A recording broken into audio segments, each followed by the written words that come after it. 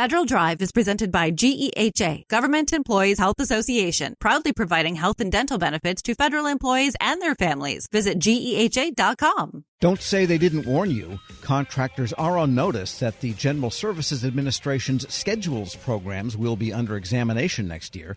It's all outlined in the 2025 plan of the GSA Inspector General. Well, what to do with this information?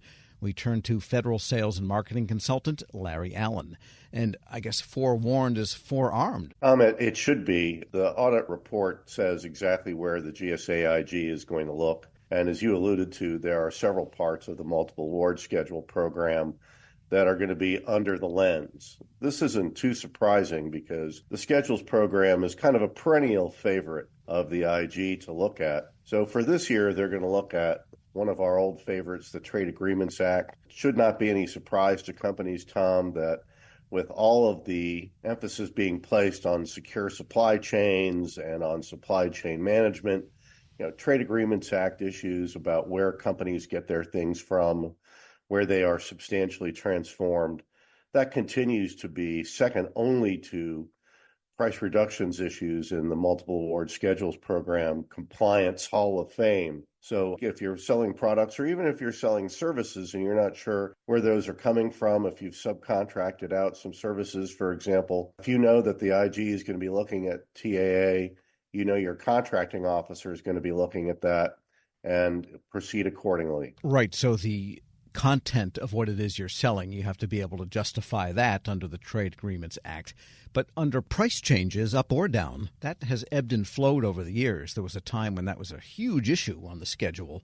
And then the schedules tried to get a little bit more market-oriented, I think in the late 90s, maybe early 2000s. And so what should companies do on the pricing front to maintain what it is GSA wants as, I guess, the best customer? Well, Tom, for 2025, the GSAIG has said they're going to specifically look at the schedule's economic price adjustment clause and how that's being implemented. And of course, GSA giveth with one hand and taketh away with the other in this case. And what I mean by that is that you have the GSA Office of Acquisition Policy this year that came out with some pretty common sense changes designed to make it easier for companies to obtain economic price adjustments when they are justified in seeking them, setting up a standard by which contracting officers and contractors can go through that process. And then the IG sees that simplification, comes along and says, you know what, we're going to study economic price adjustment clauses in FY25, which really I think is going to have the net effect for contractors of having just to provide more and more data anytime they seek a price adjustment. You're in the better case if you're trying to seek one now, as long as you can justify it. What you don't want to do is get into the point where you haven't had one for 2 or 3 years, and now all of a sudden you want to catch up. Even with the new flexibilities, Tom, I think that's going to be a pretty steep hill to climb. So while it may be difficult to get a price adjustment now because you're going to have to provide data 10 different ways to Sunday, you're still better off keeping those prices up to date. And will the IG be looking at contractor pricing, or will they be looking at their own contracting officers' oversight of contractor pricing? Well, IG always looks somewhat at pricing, Tom, so I would never say that pricing is off the table. They are, for example, going to continue to do pre-award audits that make specific pricing recommendations when contractors are seeking contract modifications, new contracts, things of that nature. But notably, the IG is actually going to audit what I call, and many others call, the small A auditors. These are the contracting personnel inside GSA that perform these contractor assessment visits that aren't technically an audit, but they are something that contractors need to take seriously. You get these about every other year, and the IG is going to come in and audit the industrial operations analysts that conduct these reviews to make sure they're gathering the data correctly and that they're analyzing the data correctly. It's always been an irony, Tom, that a contractor can get dunned by getting a negative report card for one of these reviews, but it doesn't get any positive upside if it actually gets an A on the report card. And this is kind of a continuation of that theme. We're speaking with Larry Allen, president of Allen Federal Business Partners. And one other question on the whole auditing IG plan, mentor-protege is something that I think we've talked about before that is coming under scrutiny because the government somehow seems to think they're too darn successful.